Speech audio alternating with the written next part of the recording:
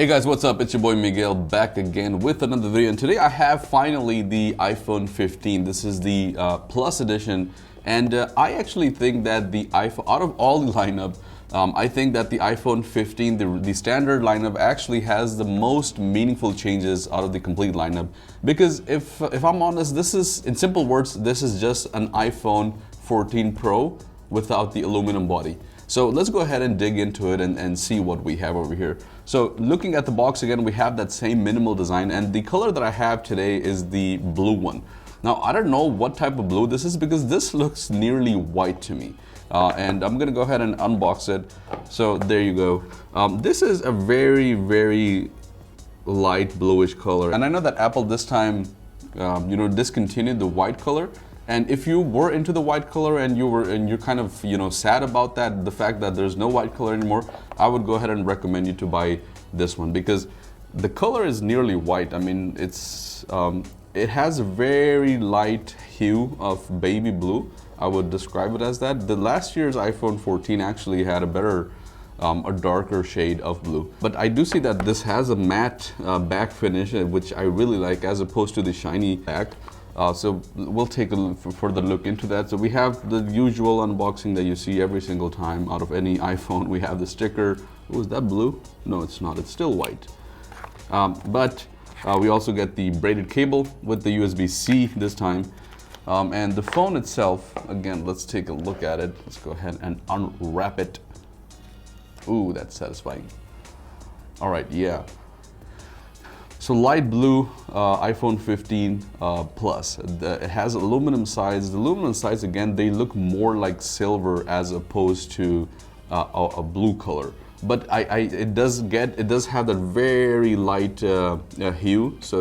I mean, I don't know if you really want to call this blue. Probably the biggest upgrade this time that we've had on the iPhone 15.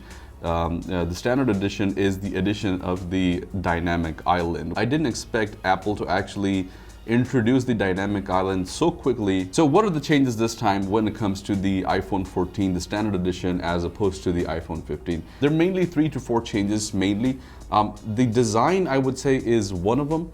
It now has a slightly refined design, and I know it's very difficult to tell on camera, but it is a little bit curved as opposed to just having a straight edge razor that you can use to shave your beard.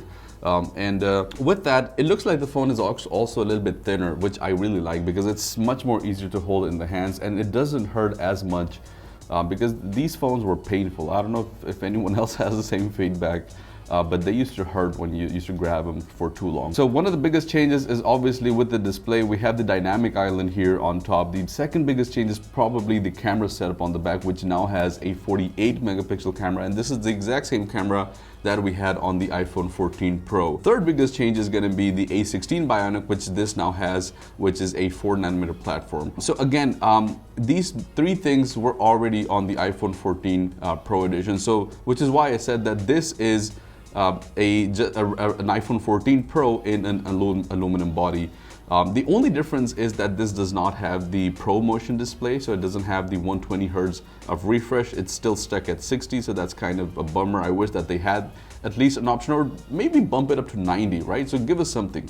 There's so many phones that are way cheaper than this that already have at least 90 Hz. And again, for the first time, we do have the USB-C option, which is probably one of the biggest changes that Apple has had. And this was actually a forced decision. And I have a whole video coming about why they did this and how Apple is now really kind of changing their whole perspective as what they were as a company. I know that's a different topic, but I'll discuss this in a little bit. It's a very interesting topic and a very sad one, if I'm honest, at least for Apple. This being the Plus model, we have a 6.7-inch display this time, which is the bigger one as opposed to the 6.1 on the standard one. It is an OLED display. It does have that crystal retina display as well, which is improved, and we do have the ceramic shield, which Apple claims to be better. We haven't done a drop test or a bend test on this one. I don't think we will. But as opposed to the Pro models, which are rumored to be fragile and break, which we actually proved otherwise. Jerry Rig Everything did a whole video about that, and one of the things that I didn't mention in that is that he actually heated the phone before he actually did the bend test. So I'm assuming that that had to do with why the phone broke so quickly. Again, that's a whole different topic. I'm actually going off topic right here. But yeah, guys, that's the iPhone 14. Sorry, this is the iPhone 15 Plus. Just wanted to kind of give you a little bit of an insight into this and do a little bit of an unboxing. But I would actually consider buying this. So if you were waiting for the iPhone 15 to come out so that you could go ahead and buy the iPhone 14 Pro, because a lot of people do that, they wait for the prices to go down, I would actually recommend this one. I mean, if you don't need the 3 cameras and if you're okay with not having a stainless steel body and not having 120 hertz display, then I would actually go ahead and recommend you this, because this is a little bit cheaper, but it's still a newer iPhone. It's this year's iPhone.